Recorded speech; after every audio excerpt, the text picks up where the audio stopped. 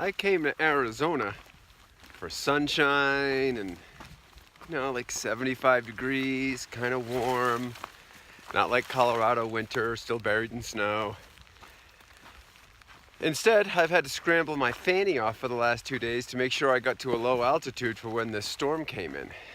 And as you can see, it's all foggy and rainy and it's like 40 degrees. Everybody loves 40 degrees and rain. Okay, I have to give a huge shout out to Trail Angel Marnie at the chalets in Oracle. She picks hikers up from the trailhead, she drops them off at the trailhead, she shuttles them all around town, and somehow she finds time to cache water all over the desert for us. Big shout out to you, Marnie.